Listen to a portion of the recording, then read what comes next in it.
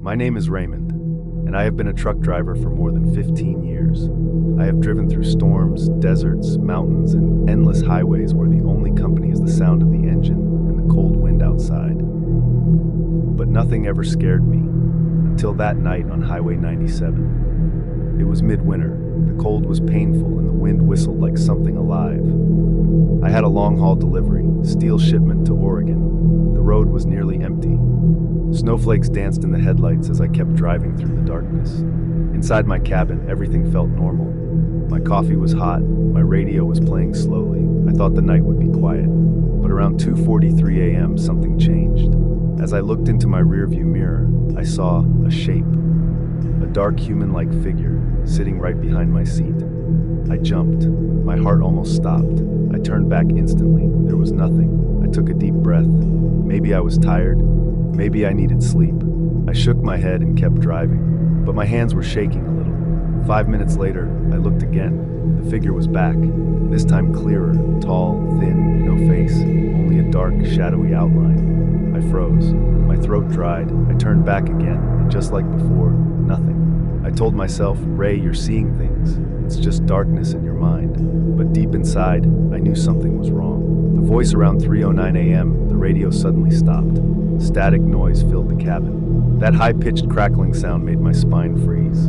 Then a whisper came through the static, a deep, slow voice. Don't look in the mirror. I slammed the radio off immediately. My heart was racing. I pressed harder on the accelerator. I just wanted highway lights, a gas station, anything. But the road ahead was endless darkness. Then I noticed something horrifying. The mirror began shaking, as if someone was touching it. Very slowly, I looked. The shadow figure was sitting closer now. Its face was almost near mine, only the mirror showed it. I couldn't breathe. I grabbed the mirror to adjust it, and the moment my fingers touched the glass, I felt something cold, freezing, like a dead hand had touched me back. I screamed and pushed the mirror away. The passenger.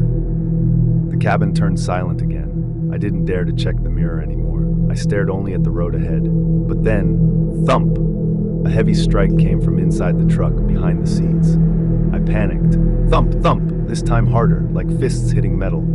Someone or something was in my truck. My mind said, run, stop the truck, jump out. But my body didn't move. Fear had locked me. Slowly, very slowly, I turned my head. In the darkness behind me, two glowing white eyes stared back. Not human, not animal, something else.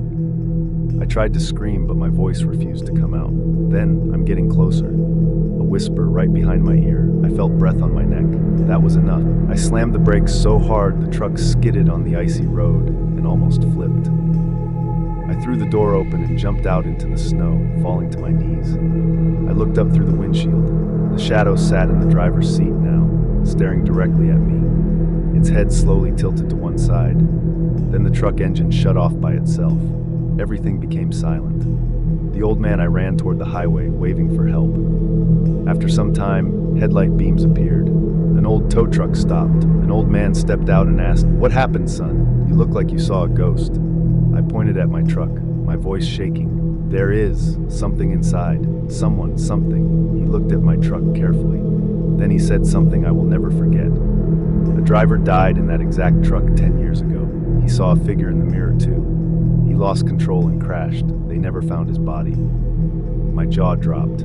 I couldn't move. He continued, "Boy, never look too long into the rearview mirror on this road. Some spirits don't know they are dead." He crossed himself and whispered, "Keep your eyes on the road, always forward." We towed the truck to a nearby stop. The final warning. Morning arrived. The sunlight made me feel safer. The truck mechanics checked everything. They found no signs of break-in, no fingerprints, nothing. Before leaving, the mechanic gave me my repaired mirror. I didn't want it, but company rules forced me to put it back. When I sat inside the truck again, the mirror reflected only me. I sighed with relief, but then, very slowly, words appeared on the glass, foggy letters, as if traced by a cold, invisible finger. "See you again, Ray." I threw the mirror outside and started driving, but I know, one night on some lonely, silent highway, I will look again and he will be there. Because some shadows never leave the truck. My name is Stephen Clark, and I've been a trucker for most of my life. I've seen drunk drivers, lost animals, thieves on the road, but nothing compares to what I faced on Route 16 near a small abandoned town called Cold Creek. I promised myself I would never tell anyone, but keeping this inside feels worse than the night it happened. So here it is, Stranger by the Road. It was 1:18 a.m. The sky was moonless, and the wind pushed dry leaves across the road. My headlights barely cut through the darkness. I'd been driving for hours, eyes tired, back hurting. Then I saw her, a woman standing at the side of the highway. Long black hair, white dress, barefoot. She was motionless, like a statue. Normally truckers don't stop at night, it's dangerous. But she looked scared and lost. I slowed down beside her. I rolled down my window. "Ma'am, are you okay? Do you need help?" Very slowly, she turned her head toward me. Her face was pale, too pale. Eyes wide open, like she hasn't blinked for hours. In a soft voice, she said, "Please, help me." I unlocked the passenger door. She climbed in, silently, her wet hair dripping on the seat. I asked her where she was going. She whispered, "Home." That word felt strange, but I needed to drive anyway, so I kept going. Silent passenger.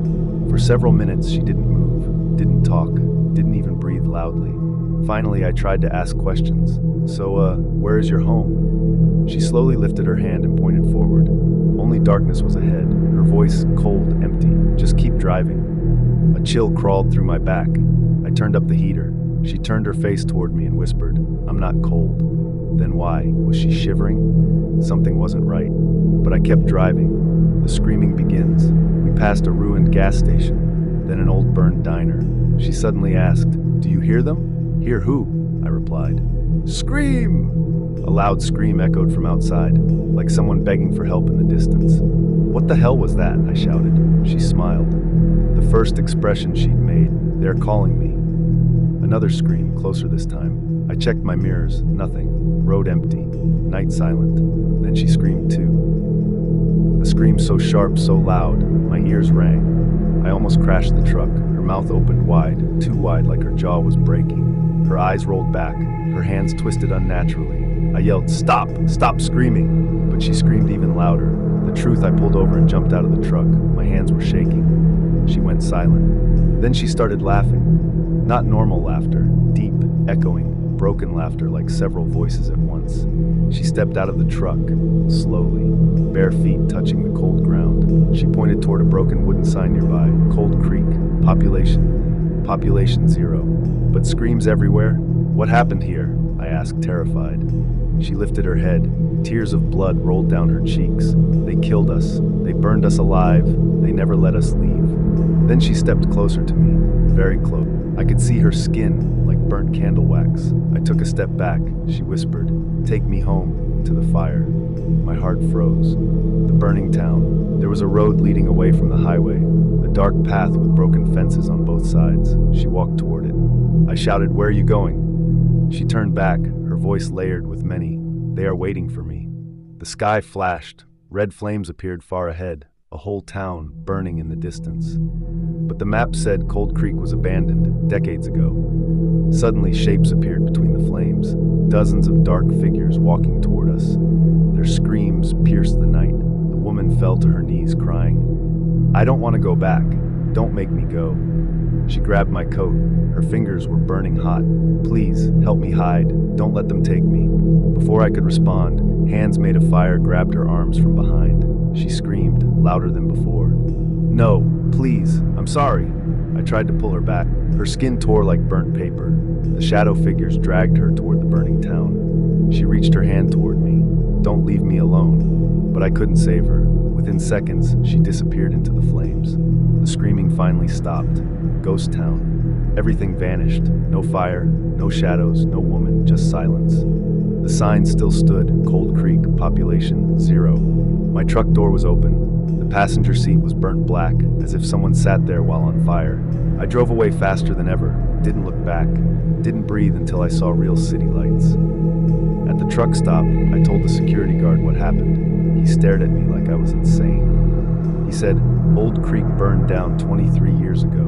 A woman died there trying to escape the fire. They all screamed until the end." I asked, "How many died?" He said, 116, and not a single body was found. My legs went waivers sometimes see her. If she gets in your truck, she never arrives home. The final scream. 2 nights later, I was on another job, different road. I checked my mirror, just a habit. Behind my seat, wet black hair, white dress, face burned. She smiled, "Why did you leave me?" Then the screaming began again, and it still continues every time I drive alone at night. My name is Daniel Reed. I was a truck driver for 9 years, until the night I drove into the tunnel that doesn't exist. The disappearing road. It was 11:57 p.m., and I was delivering medical supplies across the state. The highway was silent, not a single vehicle in sight. My GPS suddenly glitched. The map vanished, replaced by static. I slowed down. The road ahead looked different. Fog rolled in, thick like clouds falling to the ground. A sign appeared on the right. Tunnel. 2 miles ahead, fastest route. I had driven this highway at least 50 times. There was no tunnel here, ever. I thought maybe there was new construction the GPS didn't know about. The fog grew dense. My headlights barely worked. Soon a black arch stood ahead, a stone tunnel entrance with no lights and no markings. Something in my brain screamed, "Don't go in," but I kept driving. The moment I crossed the entrance, my radio turned on by itself, nothing but whispers. Inside the tunnel. The tunnel walls were rough stone. Water dripped everywhere. My tires echoed loudly, but then another sound, footsteps. Not behind the truck, right next to it, matching my speed. I sped up. The footsteps sped up, my heart hammered. I looked into the mirror. Someone was running next to the trailer, on the wall of the tunnel, crawling sideways like a spider. Its face turned toward me. Empty eye sockets, smiling mouth, too many teeth. It tapped the trailer as it crawled. Tap, tap, tap. I pushed the pedal to the floor. The never-ending tunnel. The tunnel kept stretching, no end in sight. I checked the time, 12:08 a.m. I drove faster. Next time I looked, 12:27 a.m. Still inside the tunnel. No exit, no curves, just darkness and dripping water. My phone had no signal. GPS, searching. Then the crawling creature's voice echoed. "Almost there," I yelled. "What do you want from me?" It laughed, a deep, distorted sound. "You already know." The lost truckers. Suddenly a truck appeared ahead, parked sideways, blocking the road. Headlights shattered, the cabin destroyed. I braked hard, though small. On the side of the wrecked truck, scratched metal letters read, "Never stop." I grabbed my flashlight and stepped out. My boots echoed on the wet ground. Inside the destroyed truck, a skeleton sat in the driver's seat, hands still gripping the wheel. Its jaw moved. A dry whisper escaped. "Keep driving, don't look at them." I stumbled back in terror. A dozen glowing eyes appeared deeper in the darkness, watching me. I ran back to my truck and drove around the wreck, tires scraping stone. The whispers grew louder, the radio cracked again. A voice, frightened, a trucker. "If anyone hears this, turn around." The tunnel, it never ends. They feed on those who stop. Keep driving or you become part of it. Static returned. Then a new voice, cold, calm. "Ignore the screaming. They failed. You must not fail too." I checked the clock, 1:11 a.m. It had been more than an hour, still inside. My fuel was halfway. If the tunnel didn't end soon, I would die there. The road splits ahead. The tunnel split into 2 paths. Left, darkness, right, dim flickering lights, a sign above them, "Choose." I slowed, unsure what to do. The crawling creature tapped my window from above. "Left." I asked, shaking. "What's on the right?" It grinned, mouth stretching unnaturally. "Those who turn right die fast, but those who turn left die slow." Its laughter exploded inside the tunnel. I screamed and jerked the wheel toward the middle, crushing the sign and driving straight. A path that wasn't supposed to exist opened. Crumbling stones, violent shaking, but I didn't stop. Tunnel exit. Finally, a faint blue light ahead. My chest filled with hope, I burst out of the tunnel and found myself on a new road. The sky was bright, too bright. The moon was massive, taking half the sky. Mountains twisted in shapes I had never seen. The road signs, not English, not any language I know. Symbols like bones and hooks. I whispered, "Where am I?" The creature climbed onto the hood, smiling home. I swerved, throwing it off. I kept driving faster, but when I looked back, the tunnel was gone. No entrance, no road behind me, just endless highway into a dead landscape. The gas station. After hours of driving, I saw lights, a tiny gas station. I stopped, ran inside, desperate. The cashier stood behind the counter. He He wore a uniform from the 1970s, skin dry as sand. I cried, "Please, help me. I need to know where I am." He stared at me with empty eyes and said, "You made it out." "Few do." I asked, "How do I get home?" He pointed at a wall covered with hundreds of trucker photos, every face scratched out. He placed a Polaroid camera on the counter. "Smile." Before I could react, the flash went off. He grabbed the photo as it developed. My face was fading. I dropped to my knees, terrified. He said with a dry laugh, "Once the tunnel chooses you, you never go home." He pinned my photo on the wall. The final realization, I rushed back into my truck, engine roaring. The radio turned on again, static. Then the same whisper from the creature, "Drive forever, or stop and join the others." I looked into the mirror. The tunnel creatures sat in the back of my truck now, dozens of them. Teeth grins, white eyes watching, waiting. The exit I thought I found was just a different prison. I keep driving on a road that leads nowhere. Day doesn't come here, the clock doesn't move. I left that tunnel, but the tunnel never left me.